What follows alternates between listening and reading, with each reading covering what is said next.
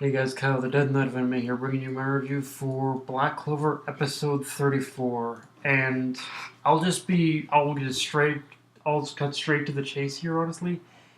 Whatever I have to say about this episode, I will say this was actually one of the more entertaining episodes of Black Clover I've definitely seen in a while. Like, there have been, the stuff with Sally was definitely a second. If I were to rank these episodes, this would be like first place, and then the Sally stuff would be second place. But yeah, aside from those recent Sally stuff, the Sally stuff in this episode are probably some of the most entertaining shit I've seen in Black Clover anime in a bit. And but yeah, let's just get into it. So first off, I think it's fair to say the animators working on this episode had way too much fun drawing close up, the creepy close, drawing close-ups on Licht's face because a lot of the close-up frames, a lot of those close-up frames were creepy and beyond disturbing in just Licht's facial expressions alone. Like Licht's whole facial expressions were creepy enough as they were, but when you get a close up of that shit, it's like, it actually no lie seriously, like every time it cut to a close up of Licht's face, I could feel a small shiver running down my body. Like I was legitimately creeped out just in the art on Licht's faces alone. That shit was incredible. And but yeah, like actually I will say art wise, like I'm gonna be judging the art and animation separately here because art wise it was definitely okay, but it was definitely okay except in those few rare moments. Like the artwork was a little off in certain places, but other than that, like the other than that, like but other than that, those close-ups were definitely like definitely the marquee like were definitely the marquee like okay kind of parts of the artwork in this episode for sure. Um, of course, the main attraction of the whole episode was Yami versus Licht, and I feel the I feel this fight, of course, is what made the episode like the first like it's like I said, it's legitimately one of the first. This is one of, like I said, this is legitimately one of the first episodes in a while I legitimately enjoyed myself, and for two reasons why. Like the first is that I feel this episode managed to strike a good balance between action and comedy, whereas previous episodes I felt kind of chose to focus too much on on either the action or the comedy a little too much, but which also could bog down the pacing. Which although I will the pacing, which is another thing I enjoyed this time around is that unlike previous episodes, this one just felt perfectly paced and just everything it did like pacing. Well, like pretty much just what I'm saying here is pacing. Um, is that the pacing of it was the pacing of just the fight and just the story in the episode itself was just it was an amazing ride to be sure. And yeah so yeah, definitely pacing and just the fact that the action was incredible, and that yeah, just these things combined, it just made it like one of the first episodes in a while that I've legitimately enjoyed. Like to give you guys perspective, I was very rarely, if ever, basically looking at the time bar in this episode. I was just like I was glued to the screen like all time saying, "Okay, this is some seriously epic shit. I'm liking this shit." And but yeah, but of course, since I'm talking about the action now, let's like the one thing that don't made this all possible was of course the fight itself. And to me, this fight is the fight of Yami versus Licht. That that fight is really one of those fights where a fight is just purely fun with a lot of it with a lot of it relying simply on the showcase of just how insanely powerful both Yami and Licht are. I mean, we complain about the power scaling a lot in Black Clover, but in a fight like this, it really begs the question: does it even matter? Like, is the fact that this fight, like, honestly, is when you're basically sitting here, when you basically sat, I basically asking this question to all of you. When you were sitting there watching this fight, whether on Kiss Anime, Crunchyroll, or wherever you watch your anime, when you were sitting there watching this fight, were you ever once looking at the time bar, or were you just kind of sucked into the amazing amounts of awesomeness that that whole fight displayed? Because that's what I got from me.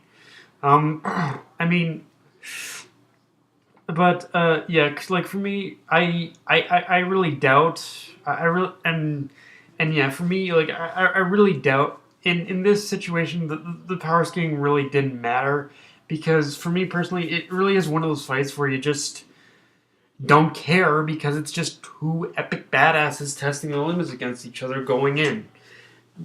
It's going in at each other relentlessly blow for blow with some great animation. Like I will say this, like the artwork was just okay, but the animation in this episode was holy shit. Holy shit, holy shit, holy shit. Like it was just incredible. It was just incredible how fast paced the animation was in this episode.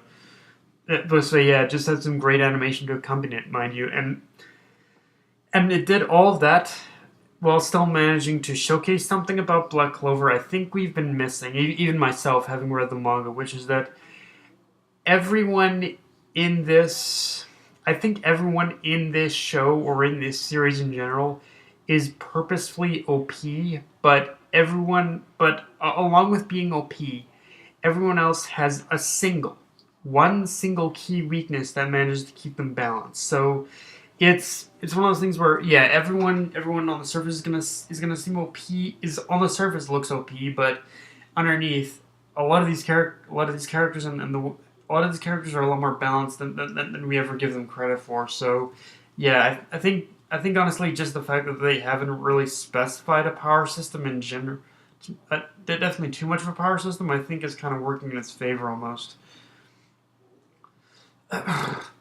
uh, where, but yeah, it's presented in a way where it doesn't give us too room to complain, and I think we just have to take it for what it is, honestly. Um, one thing I also like about this episode is how they did all this while still working in Yami teaching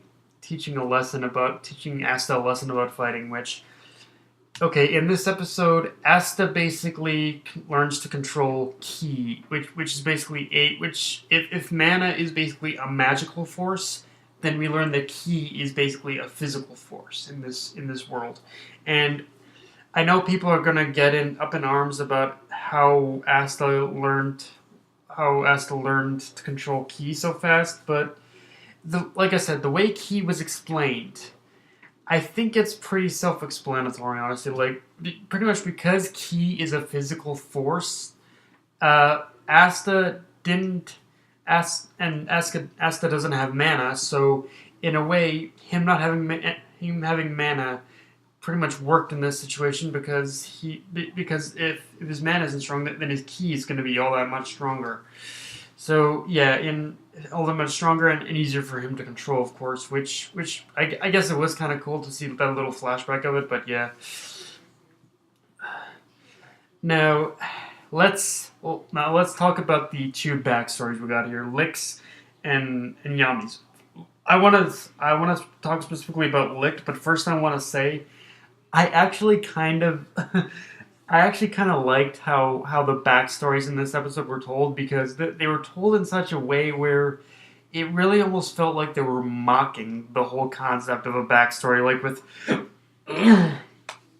well, like after Licht told his little fable or backstory or whatnot, then Yami said, "Okay, here's my backstory." Well, was that a good enough response for you? Like, Yami basically said, "Fuck backstories, they're not important." That's pretty much what Yami said in this episode, and I strangely kind of admire that almost, like the fact that you're saying, "Okay, yeah, here's the backstory, let's move on."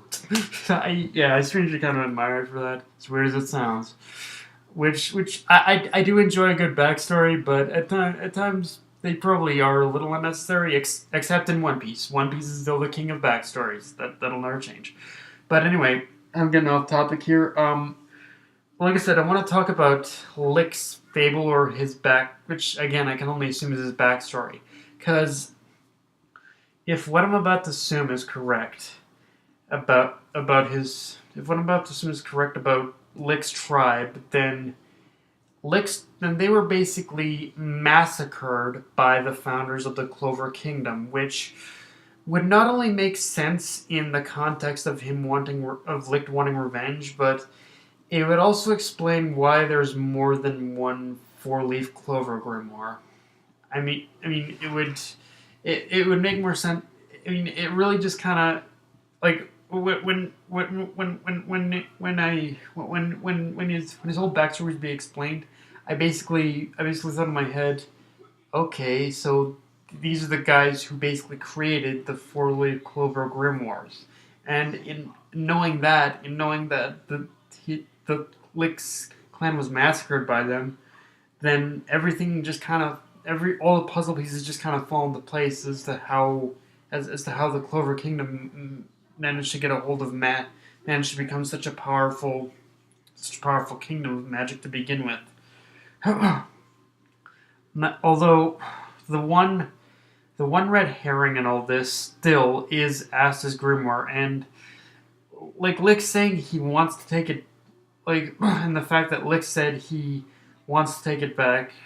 I mean, at this point, it's become one of those things where, okay, I respect them for keeping the mystery going, but now with the fact that Lick says, I want your grimoire back, Asta, when he said that, I was like, I really want to know what the significance of Asta's grimoire holds in terms of Lick's tribe, because you'd think he'd be more concerned about taking Yuno's four-leaf clover grimoire, since it was probably originally the grimoire of his clan's origin. But what does Asta's grimoire have to do with this with his clan? Because it's completely different. It controls, like, if if the type of magic that Licht controls is light, Asta's is definitely darkness or demon magic for sure. So, or demon power. So, like,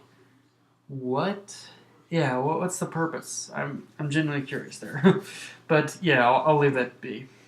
But but yeah, guys, that's pretty much all I have for this review. If you enjoyed the video, like, comment, subscribe, follow me on Twitter and Facebook.